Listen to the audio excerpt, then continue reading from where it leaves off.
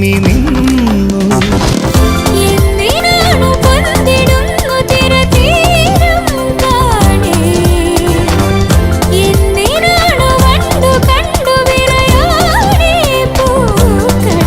പറയൂ മനമേ, ചൊരിയൂ മധുരം പ്രിയതേ, എന്റെ ഹൃദയതാളം മുറുകിയോ,